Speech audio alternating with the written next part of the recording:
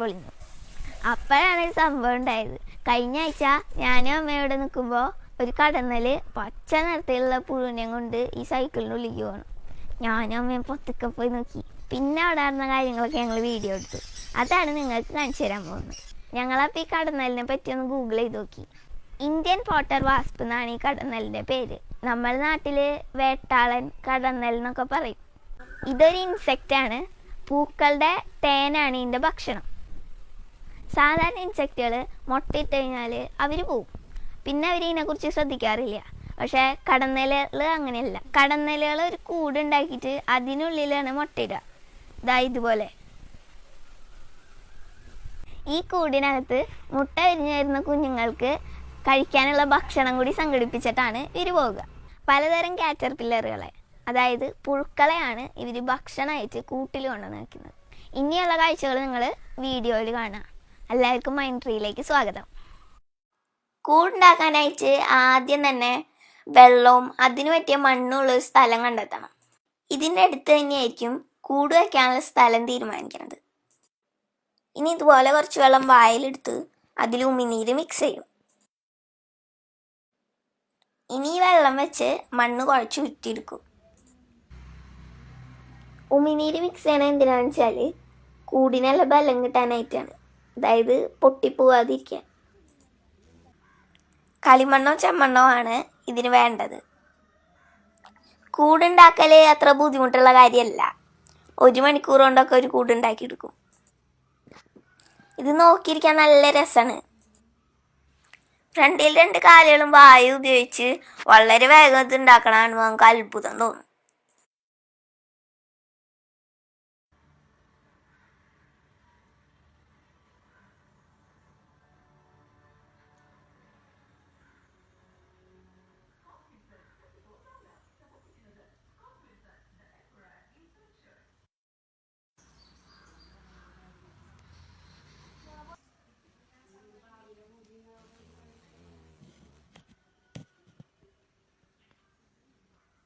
ഉണ്ടാക്കി കഴിയുമ്പോൾ ഈ കൂടിനൊരു കുടത്തിൻ്റെ ഷേപ്പ് ആയിരിക്കും.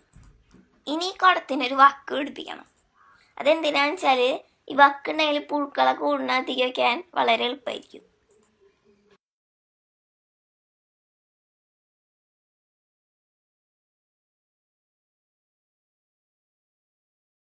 ദേ കൂടുണ്ടാക്കി കഴിഞ്ഞു. ഇനി ഇപ്പം തന്നെ ഇതിൻ്റെ ഉള്ളിൽ ഒരു മുട്ടയിടും. കണ്ട, മുട്ടയിട്ട് കഴിഞ്ഞാൽ പുഴുക്കളെ അന്വേഷിച്ചൊരു പോക്കണ്. ദേ ഈ പച്ച നിറത്തിൽ കാണുന്നതാണ് മുട്ട, ഒരു കുഞ്ഞൻ മുട്ട.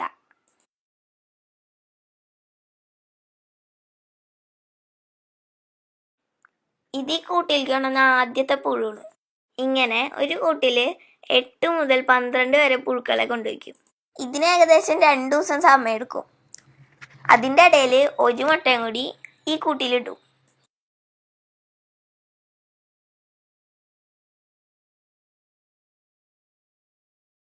ഈ പുഴുവിനെ കണ്ടെത്തലാണ് ഏറ്റവും ബുദ്ധിമുട്ടുള്ള പണി. ചില ദിവസം 7 മണിക്കൂർ എടുത്തിട്ട് അവർ പുഴുവിനെ കിട്ടാറ്. ചില ദിവസത്തിൽ കിട്ടാറുമില്ല.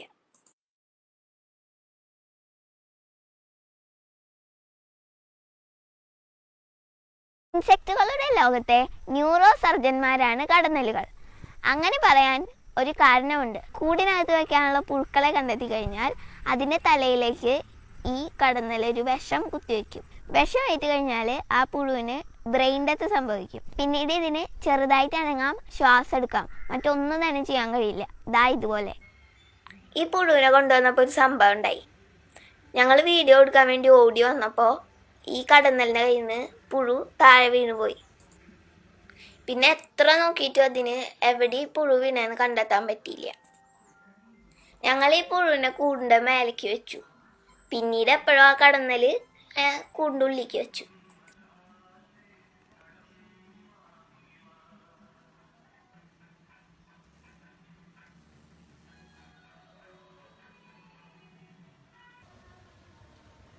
കാറ്റർപില്ലറുകളുടെ എണ്ണത്തെ ബാലൻസ് ചെയ്ത് നിർത്തണതിൽ കടന്നലുകൾക്ക് വലിയൊരു പങ്കുണ്ട്. ഇപ്പോൾ മുട്ട വിരിഞ്ഞുണ്ടാവും. ആ കുഞ്ഞിപ്പുഴുക്കൾ ഇപ്പോൾ ആ കാറ്റർപില്ലറുകളെ തിന്നാൻ തുടങ്ങിയിട്ടുണ്ടാവും. ഇവർ ഈ ഘട്ടത്തിൽ മാത്രമാണ് മാംസബുക്കുകൾ. ഈ കൂട് പൊളിച്ച് കടന്നലുകളായി പുറത്തു വരുമ്പോൾ പിന്നെ ഇവർ തേൻ മാത്രം കുടിക്കുള്ളൂ.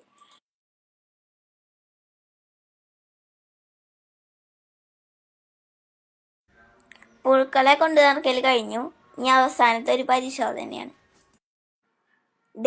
ഇനി കുടത്തിന്റെ വായ അടയ്ക്കാണ് കംപ്ലീറ്റ് ആയിട്ട്.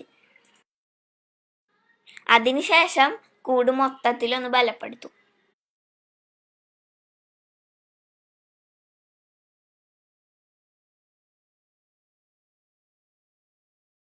കൂട് നിർമ്മാണം പൂർത്തിയായി. ഇനി കടന്നൽ കുഞ്ഞുങ്ങൾ ഈ കൂട് പൊളിച്ച് പുറത്തു വരുന്ന കാഴ്ച മാത്രമേ ബാക്കിയുള്ളൂ. അത് ഷൂട്ട് ചെയ്യാൻ സാധിച്ചാൽ മറ്റൊരു വീഡിയോ ആയി ഞങ്ങൾ വീണ്ടും വരുന്നതായിരിക്കും. ഒന്നിനു മീതെ ഒന്നായിട്ട് ഇതുവരെ 5 കൂടുകൾ ഉണ്ടാക്കിയിട്ടുണ്ട്.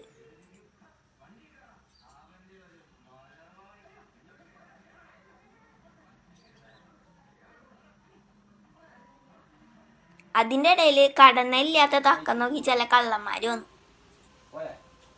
അവർ ഈ കൂട് തുറന്ന് മോഷണം നടത്താൻ നോക്കി. ഭാഗ്യത്തിന് അത് വിജയിച്ചില്ല.